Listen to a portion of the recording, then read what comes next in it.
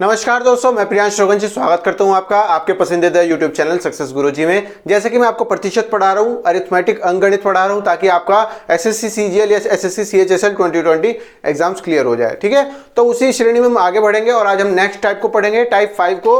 और उसमें जो है नेक्स्ट टाइप में जो टाइप 5 होता है आज का, इसका नाम है पॉपुलेशन बेस्ड। पॉपुलेशन का मतलब होता है जनसंख्या के ऊपर क्वेश्चन पूछे जाते हैं बहुत सारे, पॉपुलेशन बेस्ड। तो इस टाइप के क्वेश्चन जैसे मैंने लिखा हुआ है, हिंदी में ही बताऊंगा इसको मैं, इस टाइप के क्वेश्चन आपके एसएससी में भी बहुत बार पूछे जा चुके हैं और अदर एग्जाम्स में, चाहे बैंक हो चाहे कोई और अदर एग्जाम हो, तो सभी एग्जाम्स को लेकर चल रहे हैं। सारे एग्जाम्स को कवर करेंगे। अरिथमेटिक बहुत ज्यादा इंपॉर्टेंट है, बैंक में भी आती है, एसएससी सीजीएल के प्री में भी आती है और मेंस में भी आती है। और जिस भी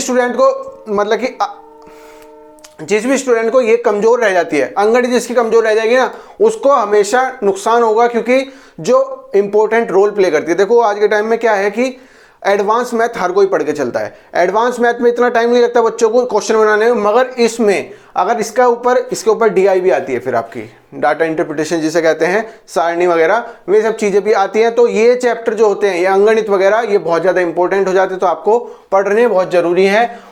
और अगर इसमें कमजोर रह गए तो आपका क्या कहते हैं, एडवांस तो सब वो कर लेते हैं, ये वाली चीज नहीं कर पाते। ठीक है दोस्तों, तो साथ साथ पढ़ते हैं। देखो क्या बोला गया है, 10% of inhabitant of a village have died due to cholera and a panic sets in, during which 25% of the remaining inhabitants left the village. The population is then reduced to 4050. The original inhabitants क्या होता है, हिंदी में बताता हूं क्या। 10% जो जनसंख्या थी किसी गांव में, वो मर गई कॉलेरा से। ठीक है, कॉलेरा एक बीमारी होती है, उससे 10% जनसंख्या मर गई और एक डर का माहौल फैल गया, पैनिक सेट हो गया। और उसके बाद जो 25% थे, जो बचे हुए थे 25% रिमेनिंग इनहैबिटेंट्स, मतलब कि जो जनसंख्या वहां पर गांव में बची हुई थी 90% में से, मतलब कि जो आपकी 90% बची हुई थी, उसमें से 25% इनहैबिटेंट छोड़कर चले गए, गांव को छोड़कर चले गए। तो जो जनसंख्या वहां पर बची लास्ट में, एक तो कुछ 10% तो मर गए और 25% छोड़कर चले गए। तो जो जनसंख्या लास्ट में बची, उसका जो संख्या है वो 4050 है, मतलब 4050 लोग वहां पर बचे। तो टोटल पहले स्टार्टिंग में कितने वहां पर जनसंख्या थी वो आपको बताना है। देखो सबसे पहला इसने क्या बोला, 10% की चीज बोली है। इसने बोला 10% लोग मर गए। ठीक है दोस्तों, तो 10% का मीनिंग मैंने आपको क्या बताया था, फ्रैक्शन में तोड़ोगे तो 1/10 आता है। ठीक है, तो मैंने क्या बताया था, ये प्रारंभिक वैल्यू होती है। ठीक है, और इसमें से ये चीज जो होती है ऊपर लिखी होती है, अंश में लिखी होती है, न्यूमरेटर में लिखी होती है, या तो ये आपका एक लाभ हो सकता है या एक हानि हो सकती है। तो उसने क्या बोला, मर गए, इसका मतलब क्या है, कमी हो रही है। ठीक है दोस्तों, तो आपको एक चीज समझ में आनी चाहिए, अगर आपकी जनसंख्या पहले 10 थी तो आप एक का नुकसान कर चुके हैं, मतलब कि 10 में से एक आदमी मर चुका है, तो आपकी जनसंख्या अब यहाँ पर 9 रह गई। तो 10% का मतलब आप यहां पर ये समझ पाए। ठीक है दोस्तों, अब उसने क्या कहा आपसे, दूसरा वाला परसेंटेज का मीनिंग समझो, 25% का। देखो 25% का जब फ्रैक्शन में तोड़ोगे तो 1/4 आता है। ठीक है दोस्तों, उसने क्या कहा, एक डर का माहौल पैदा हो गया, उसके बाद 25% आदमी और छोड़कर चले गए। 25% आदमी छोड़कर चले गए, इसका मतलब क्या, अगर वहां पर 4 लोग रह रहे होंगे तो एक लोग वहां से छोड़कर चला गया, तो रहने वाले लोगों की संख्या कितनी होगी भैया, 3/4। ठीक है, तो ये संख्या कितनी है, 9/10 जिंदा लोगों की। ये कितनी है, जो वहां से छोड़कर नहीं गए, जो वहीं पर है। ठीक है दोस्तों, तो आपको क्या करना है, देखो 9/10 में, ठीक है, इसमें आपको मल्टीप्लाई करनी है कितने से, 3/4 से।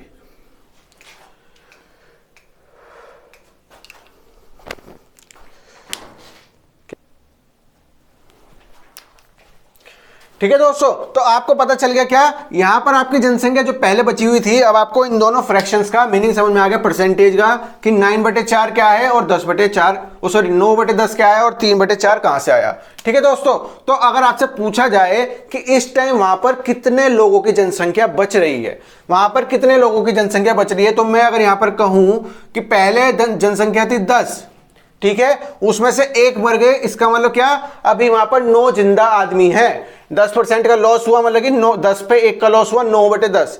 ठीक है, तो क्या कहूं, 10 लोग अगर थे वहां पर तो अभी भी 9 लोग वहां पर जिंदा हैं, 1 लोग की मृत्यु हो गई, ये कहोगे तो 10% का काम यहां पर खत्म हो गया आपका। ठीक है दोस्तों। अब अगर आपसे क्वेश्चन पूछा जाए इसके बाद कितने बच रहे हैं, तो इसके बाद आपने क्या कहा 25% छोड़कर चले गए। इसका मतलब क्या, 4 में से 1 व्यक्ति छोड़कर चला गया, तो 4 में से 3 व्यक्ति अभी भी बच रहे हैं वहां पर, तो 4 में 3/4 यहां पर आ गया।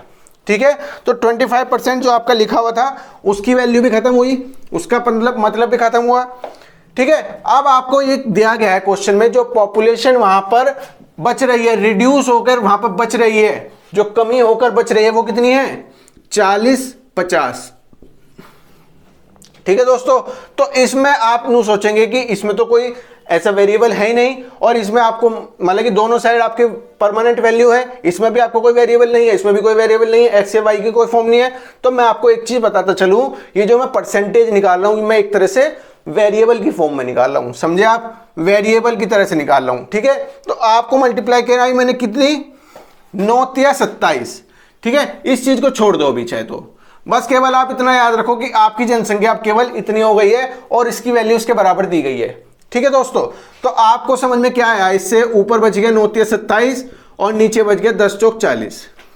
ठीक है, तो आपको इससे परसेंटेज से, इन दोनों परसेंटेज से एक बात समझ में आई कि अगर आपकी 40 जनसंख्या पहले बच रही थी तो अब 13 बच रही है। 13 लोग जो हैं वो घर छोड़कर चले गए या फिर कॉलेरा में मर गए हैं। ठीक है दोस्तों, तो 40 जो है वो आपकी जनसंख्या अभी पहले थी स्टार्टिंग में, और 23-27 अभी बच रही है। ठीक है, तो आपको क्या दिया गया क्वेश्चन में, 4050 बच रही है, मगर आपको रेशियो के साथ में दिख रहा है क्या है यहां पर तो भैया आपकी 27 है। ठीक है, तो आपको क्या समझ में आया, 27 यूनिट की वैल्यू जो है वो 4050 है। 27 यूनिट की वैल्यू 4050 है, यूनिटरी मेथड इसमें लगेगा। आपको बता दिया मैंने 40 यूनिट पहले थी, 27 यूनिट अब बच रही है गांव में, वरना बाकी मर गए या फिर कॉलेरा से या फिर घर छोड़कर चले गए। तो 1 यूनिट की वैल्यू कितनी आएगी भैया, 27 से डिवाइड करोगे, 27 से कम 27 बच गए 13, 27×5 150 आ जाएगी।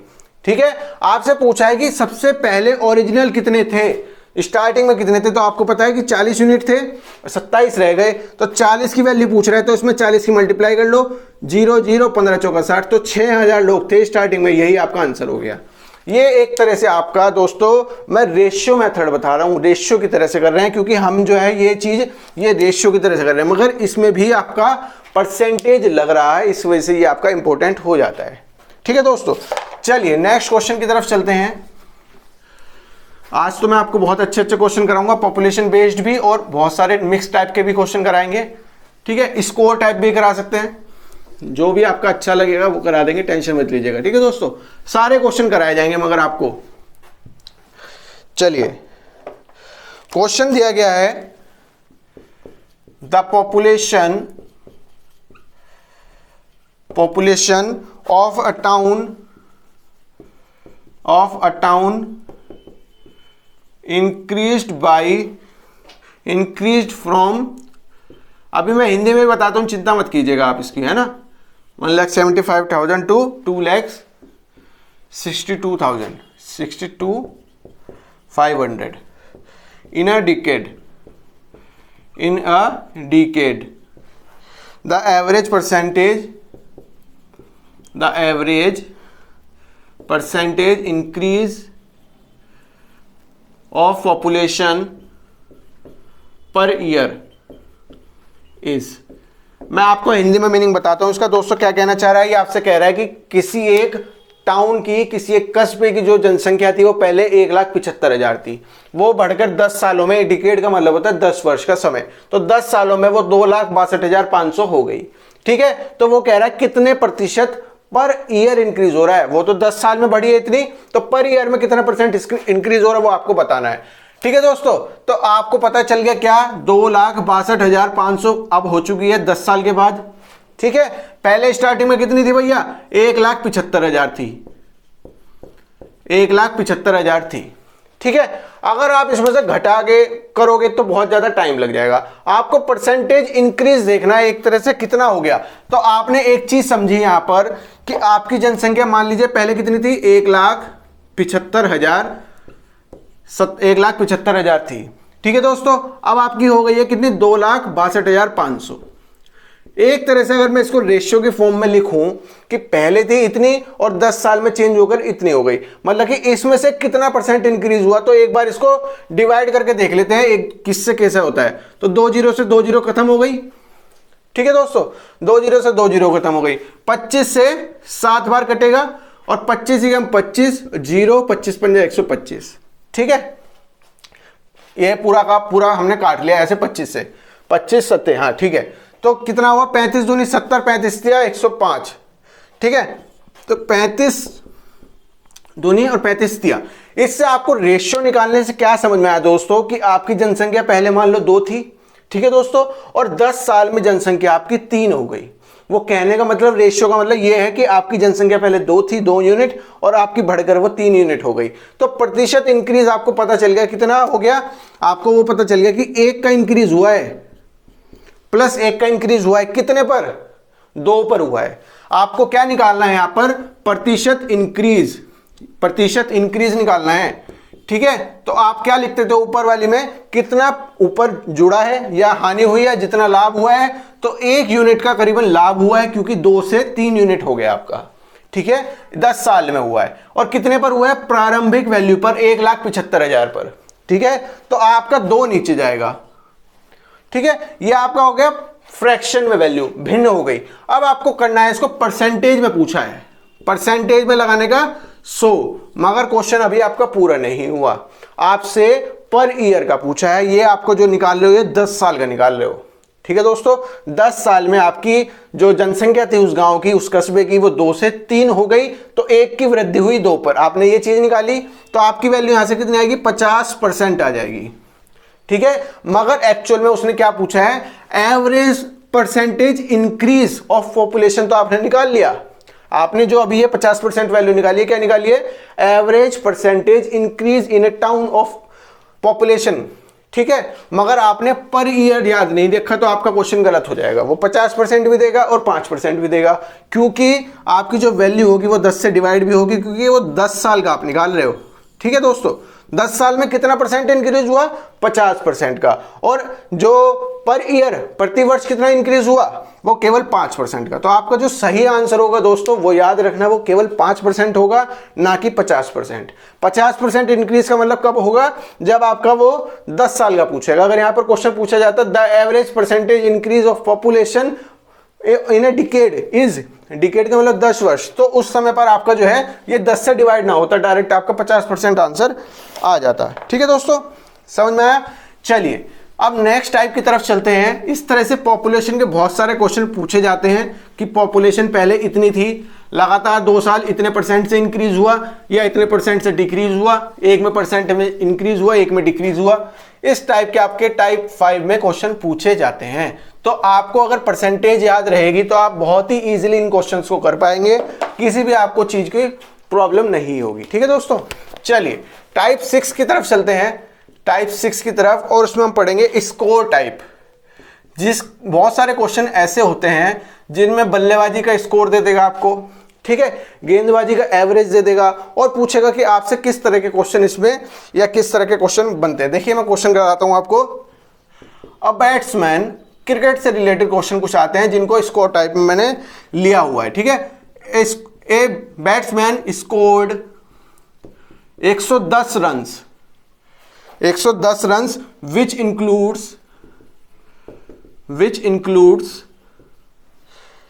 which included 3 boundaries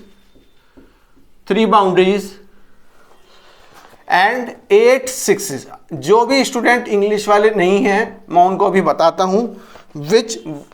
what percentage of his total score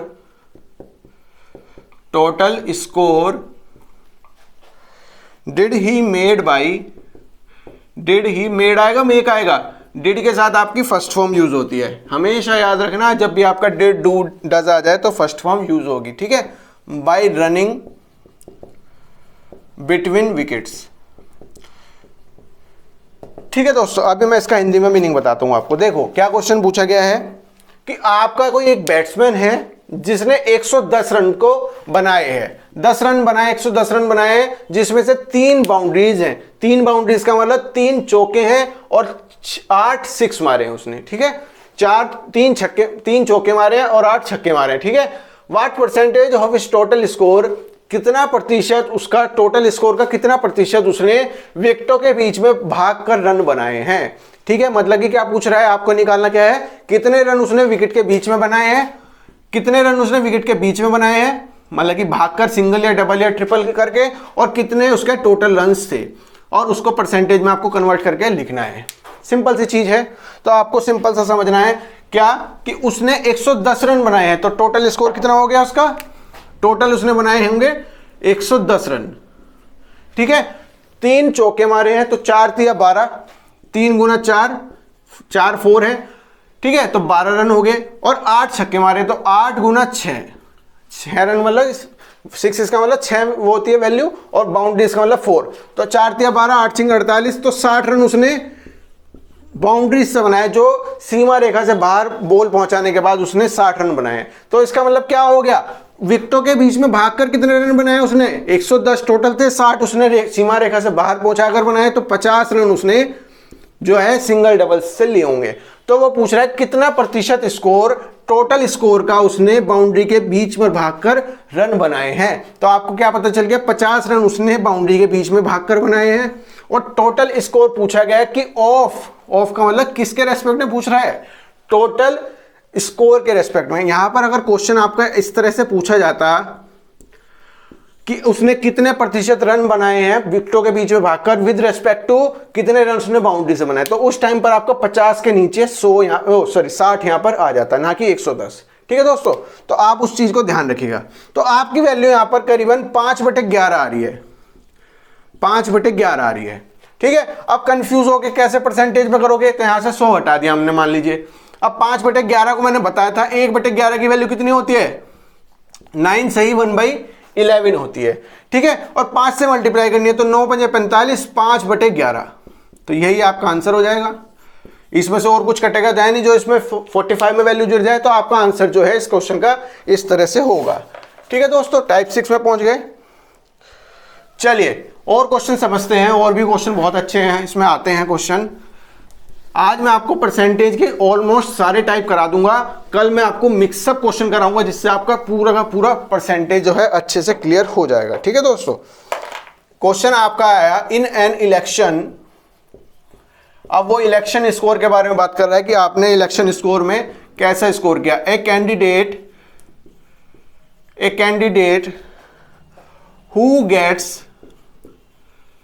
who gets 84%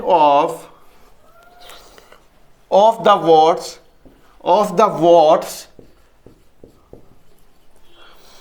is elected by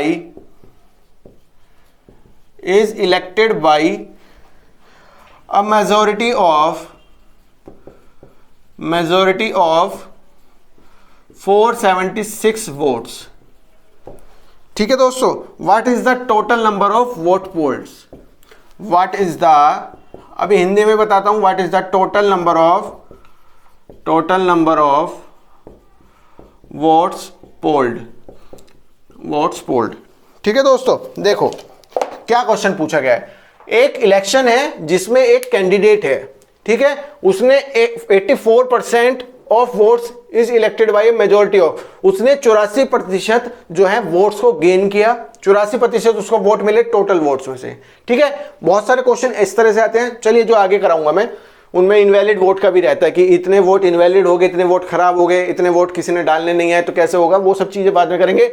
मगर एक इलेक्शन है जिसमें एक कैंडिडेट है जिसको 84% 84% जो है टोटल वोट मिले हैं, और उसकी मेजोरिटी केवल 476 वोट्स की है। अच्छा जी, चलिए 476 वोट्स उसको वोटों से वो जीता है, मेजोरिटी से जीता है। What is the total number of votes polled, ठीक है। तो वो पूछ रहा है कितने प्रतिशत वोट जो है उसको पड़े हैं। सबसे पहले आपको इसमें समझना यह होगा कि उसकी मेजोरिटी का वैल्यू दी गई है, और यहां पर आपकी वैल्यू भी दी गई है 84%।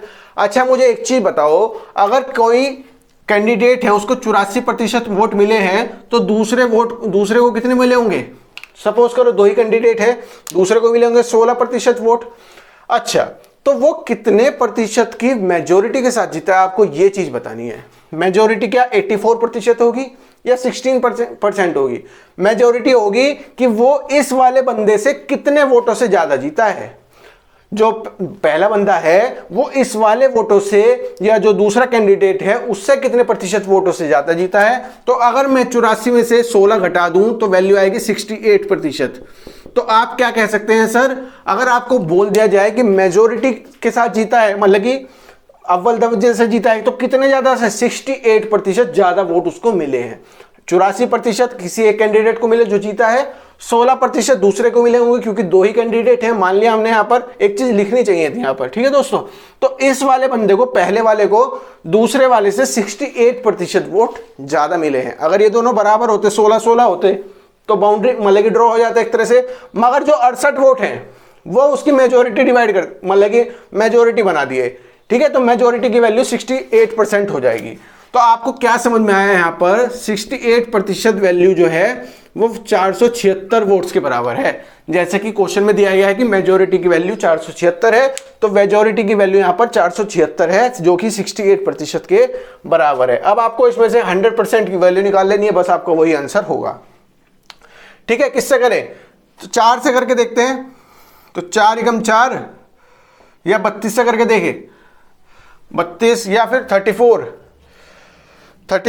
13, चलिए अब 4 से करते हैं सिंपल। तो 4 से थे 28, 17%। और आपकी वैल्यू यहां पर हो जाएगी 4 दुनिया 4 एकम 4, 4 एकम 4, 4 9 36, ठीक है। 17 छिक्का 102, 17 सतह 119। तो आपको पता चल गया क्या, 1% की वैल्यू यहां पर 7 के बराबर है, 7 यूनिट के बराबर है 1% की वैल्यू। तो आपसे पूछा गया है टोटल नंबर ऑफ कितने वोट्स पोल्ड हुए हैं। पोल्ड मतलब कितने वोट्स डाले गए। तो आपको पता है कि 100% वोट डाले गए होंगे, कोई वोट यहां पर इनवैलिड तो है नहीं। तो 1% की वैल्यू 7 थी, तो 100% की वैल्यू कितनी आ गई, 700 आ गई। सिंपल सी चीज है, बहुत आसान क्वेश्चन है। इस तरह से आपका क्वेश्चन पूछा जाता है।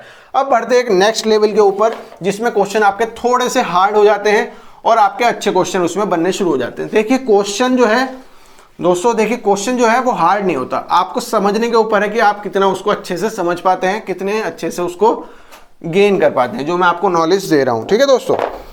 चलिए क्वेश्चन दिया गया है आपको क्या, two students appeared at an exam,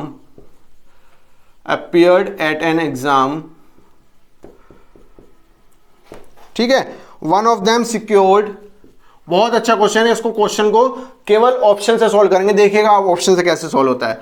one of them secured या got 9 marks more than the other, ठीक है। अभी हिंदी में बताता हूं। and his marks was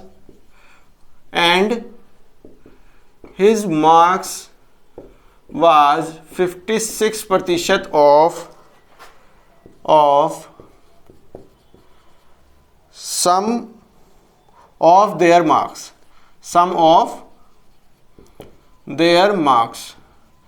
तो टोटल मार्क्स कितने हैं, टोटल मार्क्स कितने होंगे। अब आप इसको मैं ऑप्शन लिखता हूं, ऑप्शन से सॉल्व करेंगे। ऑप्शन दिया गया आपको 39 30, ठीक है। दूसरा ऑप्शन दिया गया है 41 32, तीसरा ऑप्शन दिया गया है 42 33, चौथा ऑप्शन दिया गया है 43 34, ठीक है दोस्तों। देखो बहुत ज्यादा अच्छा क्वेश्चन है, केवल आपको आंसर सिंपल ऐसे निकाल लोगे, मौखिक, ठीक है। देखो क्या क्वेश्चन दिया गया है, 2 स्टूडेंट हैं, अपीयर्ड होते हैं किसी एग्जाम में, किसी एग्जाम को देने के लिए जाते हैं। एक जो है उनमें से 9 मार्क्स ज्यादा प्राप्त करता है दूसरे से, एक जो है वो दूसरे से 9 मार्क्स ज्यादा प्राप्त करता है। अच्छा, मैंने अगर ऑप्शन चेक किया इसी लाइन को पढ़ने के बाद, तो मुझे दिखाई दिया 30 और 29, 30 और 39, मतलब कि एक ने 9 मार्क्स ज्यादा प्राप्त किए हैं, बिल्कुल ठीक है। 32 और 41 9 मार्क्स, 33 और 42 9 मार्क्स, 34 और 43 9 मार्क्स। तो मुझे समझ में आया कि मेरी यहां तक लाइन से कोई फर्क नहीं पड़ रहा, क्योंकि हर स्टूडेंट ने 9 मार्क्स ज्यादा ही प्राप्त किए हैं दूसरे वाले बंदे से, ठीक है। मगर वो क्या कह रहा है, जो वन ऑफ देम है, वन ऑफ देम मतलब कि जो बड़े वाला है 39वां है, उसी के बारे में बात हो रही है। एंड का मतलब होता है उसी सेंटेंस को जोड़ते हुए, ठीक है। अगर यहां पर हु लगा देता, हु लगा देता तो अदर के बारे में बात होती, मगर यहां पर लग रहा है एंड। इसका मतलब क्या है, जो सबसे ज्यादा मार्क्स 9 मार्क्स प्राप्त हुआ है, जिसने ज्यादा मार्क्स प्राप्त किए 9 मार्क्स, उसी के बारे में बात हो रही है। क्या बोला गया है, एंड हिज मार्क्स, जो 39, 41, 42 और 43 मार्क्स हैं वो 56% हैं सम ऑफ देयर मार्क्स। मतलब क्या, अगर आपको ऑप्शन ए होता तो 39 + 30 के देयर मार्क्स का मतलब क्या हो गया, 39 + 30 का जब 56% करोगे तो करीबन करीबन आपका 39 आना चाहिए, जो कि बड़े वाला है। ठीक है, सिंपल सा मीनिंग ये है। मगर आपको अब ये सब चीजें करके नहीं देखनी एग्जाम में, क्यों करोगे तो आपका टाइम वेस्ट होगा। आपको ये चीज तो पता चल गई चारों ऑप्शन हो सकते हैं, क्योंकि 9 मार्क्स सब में ज्यादा प्राप्त हो रहे हैं। ठीक है, अब यहां पर आप गेम खेलो प्रतिशत का। 56% को डिवाइड करके देखो कि कैसे होता है। 56% को एक बार भिन्न बना के देखो तो आपको समझ में आएगा। क्या, 56/100 करते हैं अगर हम, ठीक है दोस्तों, तो 4 एकम 4, 4 चौक 16 और यहां पर वैल्यू आ जाएगी 25। ठीक है, तो आपका 56% की वैल्यू करीबन यहां पर कितनी आ रही है, 14/25 आ रही है, 25, 14/15। तो आपको समझ में क्या आया, अगर आपका ये दोनों नंबर्स हैं, देयर्स नंबर्स ना, देयर मार्क्स, तो अगर आपको देयर मार्क्स को इतना पे करना है, 56% का मतलब 14/25 से मल्टीप्लाई करनी पड़ेगी इन दोनों मार्क्स को, तो आपका बड़े वाला नंबर आ जाएगा 39, 41, 42 और 43। तो आपको मैंने क्या समझाया कि इसके बराबर में आपके देयर मार्क्स आने चाहिए। यहां पर आप सिंपल सी बात ये समझो, तो आपको एक चीज यहां पर समझ में ये आएगी कि अगर ये होल नंबर्स हैं तो यहां पर एक होल नंबर आएगा। जब आप देयर मार्क्स करोगे यहां पर अगर देयर मार्क्स करोगे, ठीक है, जोड़ करोगे, अगर सम करोगे तो यहां पर बड़ा वाला आएगा नंबर, जो 9 मार्क्स ज्यादा है, बिग मार्क्स। ठीक है, तो आपको एक चीज समझ में आ गई, जो ये बड़े वाले नंबर्स हैं, जो बिग मार्क्स हैं, ये आपके होल नंबर हैं। ठीक है, आपको इसमें से देखना है कि होल नंबर कैसे बन सकता है, जब अगर आपका सम जो है इन दोनों का जो देयर मार्क्स हैं, अगर वो 25 से डिवाइड होता है तभी तो आपका जो ये बिग मार्क है ये होल नंबर में रहेगा। अगर ये 25 से पूरी तरह से डिवाइड नहीं होता, अगर ये देयर मार्क्स जो है 25 से पूरी तरह से डिवाइड नहीं होते, तो आपका जो बिग मार्क्स है वो परसेंटेज में आना शुरू हो जाएगा। परसेंटेज में मतलब कि दशमलव में आना शुरू हो जाएगा, जो कि आप अफोर्ड नहीं कर सकते, आपको दिया भी नहीं गया। तो आपको क्या समझ में आया, सिंपल 14/25 किया और देयर मार्क्स का सम कर लो। जिस भी देयर मार्क्स का सम 25 का कोई मल्टीपल होगा वही आपका आंसर हो जाएगा। बस सिंपल सी बात यह है। तो 39 और 69, 30 करोगे तो 69 आएगा। 69 तो 25 से कटेगा नहीं, अगर 25 से काटोगे तो पॉइंटों में आएगा, और पॉइंटों में ये आना चाहिए क्योंकि पॉइंटों में तो दे ही नहीं रखा। सिंपल सी बात है। ये करोगे 2 और 1 3 होगा, 4 और 3 7 होगा, कोई मतलब नहीं। 3 और 2 5 हो सकता है, बिल्कुल हो सकता है। 25 का मल्टीपल कितना होगा, तो 42 और 33 75 हो गया। तो 75 करोगे तो इसका मतलब यहाँ पर 75, तो 3 आ जाएगा, 14 3 42, तो आपका पहला नंबर आ गया 42। सिंपल सी बात है। ऑप्शन से भी बहुत सारे क्वेश्चन आपके डायरेक्ट सोल्व हो जाते हैं। आपको सारों को, अगर मेरे स्टूडेंट को किसी को ये समझ में आता कि 56% को तोड़ के भी हो सकता है, तो वो क्या करता, पहले 39 लिखता है यहाँ पर, फिर यहाँ पर 56% और 53 30 करता और फिर मल्टीप्लाई करके रखता। बहुत ज़्यादा टाइम आपका वेस्ट हो जाता। तो सिंपल आपने परसेंटेज को तोड़ा, 25 का मल्टीपल होना चाहिए, बात खत्म। 25 का मल्टीपल सी ही है, बस वही आपका आंसर होगा। चलिए स्कोर टाइप में और क्वेश्चन समझते हैं। स्कोर टाइप में और क्वेश्चन समझते हैं। उम्मीद करता हूं ये क्वेश्चन आपको समझ में आ गए होंगे। ठीक है दोस्तों, चलिए इलेक्शन में चलते हैं दोबारा। Election involves two candidates 68% of vote, 68 votes were declared invalid. ठीक है, the winning candidate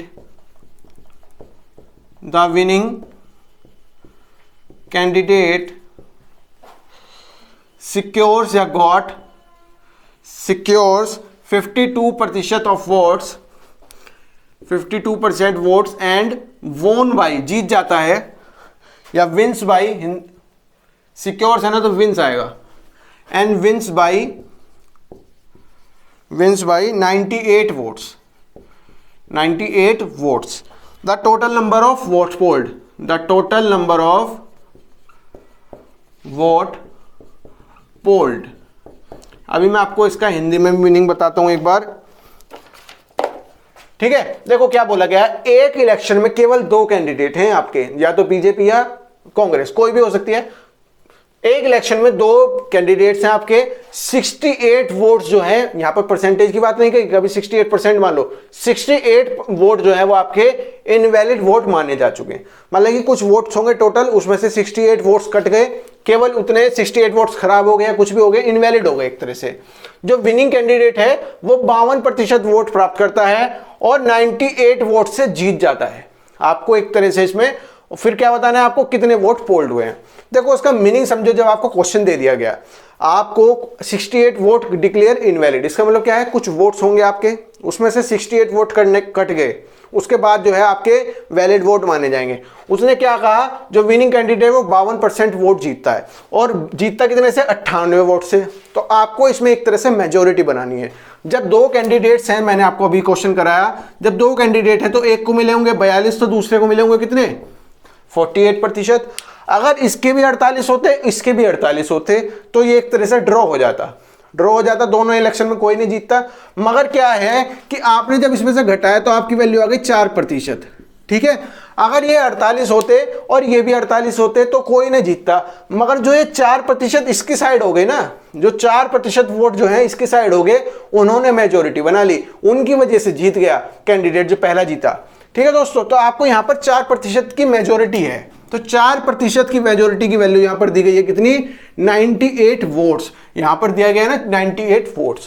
तो सबसे पहले तो आपको 4% की वैल्यू निकल गई। आपको क्या निकालना है इसमें कि 100% वोट कितने हैं, टोटल कितने वोट्स पोल्ड हुए हैं। ठीक है, वोट्स पोल्ड रहे, कितने वोट जो हैं वो वैलिड रहे हैं। वोट्स पोल्ड जो हैं उसमें इनवैलिड भी हैं, मगर वैलिड वोट कितने वो आपको निकल जाएगा। तो अगर आप 25 में मल्टीप्लाई करोगे तो 100% आ जाएगा, आपको 100% की मल्टीप्लाई करनी है। तो 25 की जब 100 में करोगे तो 2500, और उसमें से 2 माइनस कर लो तो 2450 आ गई। तो आपको क्या समझ में आया कि 2450 वोट जो हैं वो वैलिड वोट्स होंगे, जिसमें से 52% पहले कैंडिडेट को मिले होंगे और दूसरे को 48% मिले होंगे। इन दोनों की जो मेजोरिटी बनेगी वो 4% वोट की बनेगी, जिसके वैल्यू आएगी 98। तो समझ में आ गया। तो टोटल ये क्या निकल गया है आपका, ये आपका वैलिड वोट्स निकल गया है, ना कि वोट पोल्ड आया, वैलिड वोट्स। ठीक है, अब वो आपसे क्या पूछ रहा है, total number of votes polled कितने हुए। तो आपके वैलिड वोट कितने हैं, 5450, 2450, और 68 वोट जो है वो आपके खराब भी हुए, तो आपकी वैल्यू आ गई 2518।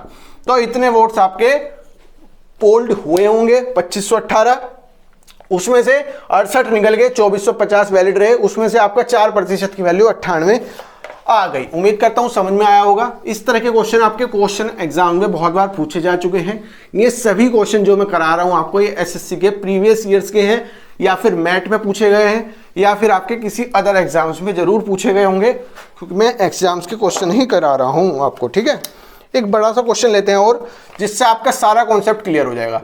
10% of the voters did not cast their vote. बहुत अच्छा क्वेश्चन है, डिड नॉट कास्ट देयर। इससे आपको अब वैलिड इनवैलिड सब चीजें पता चल जाएंगी। In an election between two candidates, ठीक है, 2 कैंडिडेट आपको बता दिया इसमें। 10% of votes polled were invalid, 10% of votes invalid, short में लिखते हैं ताकि आपका टाइम भी थोड़ा सेव हो। ठीक है, invalid, successful candidate got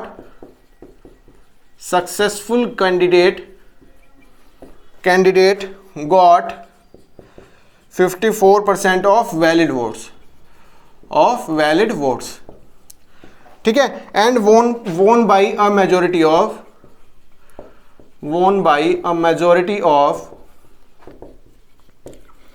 1620 votes. इसको ओरली कर लेंगे, इतने अच्छे से करेंगे। तो total enrolled number of voters enrolled, the total number of voters enrolled on the voters list. आपको क्वेश्चन दिया गया कुछ इस तरह से, मैं बताता हूं उसका मीनिंग क्या है। मतलब कि एक इलेक्शन हो रहा है जिसमें केवल 2 ही कैंडिडेट हैं। सिंपल सी बात है, 10% ने अपना वोट ही नहीं दिया। मान लीजिए कोई इलेक्शन हो रहा है किसी दिन, ठीक है, तो उस टाइम पर आपके 10% लोगों ने छुट्टी मार ली, बंक मार लिया, गोली मार ली, गोली दे दी है ना, एक तरह से गोली देना, मारना नहीं, गोली देना, ठीक है। तो इलेक्शन हो रहा था जिसमें 2 कैंडिडेट थे, 10% लोगों ने वोट नहीं दिया, 10% वोट जो है आपके इनवैलिड हो गए, खराब हो गए, कुछ गल गए, क्या क्या हुआ कुछ नहीं पता, ठीक है। मगर क्या बोला गया, सक्सेसफुल कैंडिडेट, जो आपका कैंडिडेट सक्सेस हुआ है, जो जीता है, उसको 54% वोट मिले हैं, किसके, वैलिड वोट्स के मिले हैं। पहले क्या क्वेश्चन हो रहा था कि आपको 54% वोट्स मिल रहे हैं टोटल वोट्स के, ठीक है, ये कुछ भी होता था। इस बार आपको वैलिड वोट्स के 54% वोट्स मिल रहे हैं, ठीक है। और वो कितने वैलिड मेजोरिटी के साथ जीत जाता है, 1620 मेजोरिटी के साथ जीत जाता है, ठीक है। तो उसको आपको बताना है कि टोटल कितने वोटर्स जो हैं वो वोटर्स लिस्ट में थे, आपको एक चीज ये बतानी है। अच्छा, अगर मैं आपसे ये बात कहूं कि आपको 54% की मेजोरिटी के साथ जीत गया, ठीक है, 54% की वैलिड वोट्स की मेजोरिटी के साथ जीत गया, ठीक है, तो दूसरे को कितने मिले होंगे, 46%, तभी तो 100% मिलकर बनाएगा, ठीक है। पहले को मिले होंगे 54%, दिया हुआ है, successful candidate got 54% marks of the valid votes, ठीक है, तो दूसरे को मिलेंगे 46%। अगर आप इसमें से घटा दोगे तो आपको वैल्यू मिलेगी यहां पर 8% की, ठीक है। तो क्या पता चला, अगर यहां पर 46% वोट मिले होते, इसको भी 46% वोट मिले होते, तो एक तरह से ड्रॉ हो जाता। मगर क्या है, 8% वोट इसकी साइड ज्यादा चले गए, किसके, वैलिड वोट्स के, ठीक है, वैलिड वोट ज्यादा इंपॉर्टेंट है, वैलिड वोट्स के 8% वोट यहां पर चले गए। इस वजह से आपका जो मेजोरिटी है वो 1620 वोट्स जो है वो बढ़ गई, ठीक है। तो 8% of valid votes, valid votes बराबर किसके हैं, 1620 के, 1620 यूनिट के हैं, ठीक है। तो आपको 100% वैलिड वोट्स निकाल लो इसका डायरेक्ट, या तो, ठीक है, और फिर उसका बाद में कर लेना, या फिर डायरेक्ट करते हुए चलो, वैलिड वोट्स या तो बाद में निकाल लेना, मतलब कि वैलिड तो निकल जाएंगे, इनवैलिड जो है वो बाद में निकाल लेना, या फिर क्या कर सकते हो कि आप अभी के अभी लेकर चलो। क्या करते हैं, देखो इसमें अब 8% की वैल्यू कितनी हो गई, 8/100, फ्रैक्शन में हमने कन्वर्ट कर लिया, ठीक है। अब आपको वैलिड वोट्स निकालने हैं, वैलिड वोट्स निकालने हैं। सबसे पहले वैल्यू क्या दी गई है आपको, 10% की, ठीक है, 10% की। इसका मतलब क्या, अगर 1/10 होता है, ठीक है दोस्तों, तो आपको वैलिड वोट्स निकालने हैं, उसको मैं बताता हूं। टोटल वोट्स आपके शुरू में कितने होंगे, 1/10। अगर आपके 10 वोट्स थे शुरू में अगर 10 थे, तो आपके एक वोट जो है उसमें से क्या, वोट डालने नहीं गया। अगर 10 कैंडिडेट थे तो एक वोट डालने नहीं गया, 9 कैंडिडेट जो हैं वो वोट डालने के लिए गए, ठीक है। तो आपसे कुछ इस तरह से बनेगा फ्रैक्शन, तो यहां पर 9/10 आप कर लेंगे, 9/10 कर लेंगे। इसी तरह से आपका दिया गया कितना, 10% दिया गया, इसकी वैल्यू भी कितनी होगी, 1/10। तो क्या बोला गया है, इनवैलिड रखे गए हैं। इनवैलिड का मतलब क्या, अगर दोस्तों आपका यहां पर 10 वोट्स होते जो टोटल थे, तो उसमें से एक जो है इनवैलिड हो गया, सिंपल सी बात यह है। तो वैलिड वोट्स कितने हो गए, 9/10, ठीक है। आप समझ में आया कहां तक पहुंच गए, ये आप टोटल वोट्स में से आपने वैलिड वोट्स निकाल लिया, जो ये 9/10 है और 9/10 है, ठीक है। तो टोटल वोट्स में से, टोटल वोट्स से आपके मान लो 10, तो उसमें से एक ने कास्ट नहीं किया, तो आपके वोट्स जो बचे 9/10 बचे। अब 9/10 में आपके वैलिड वोट्स भी होंगे और इनवैलिड वोट्स भी होंगे, तो आपको 10% और दिया गया जो इनवैलिड है, तो आपने दोबारा ये लगाया, तो अब आपके ये टोटल वैलिड वोट्स आपके निकल कर आ गए। अब आपको वैलिड वोट्स की टोटल वोट्स जो दिए गए हैं, यहां पर अब आपका टोटल वोट्स आ जाएगा, बस सिंपल सी बात ये है, टोटल वोट्स का इतना आ जाएगा। इसको सॉल्व आउट कर लीजिए, 9 9 81 दूनी 20 आ जाएगा यहां पर, और 2 2 4 आ जाएगा, ठीक है, इतना आ गया। और 8 से डिवाइड करोगे तो 8 दूनी 16, 8 पंजे 40, तो 25,000 आ जाएगा।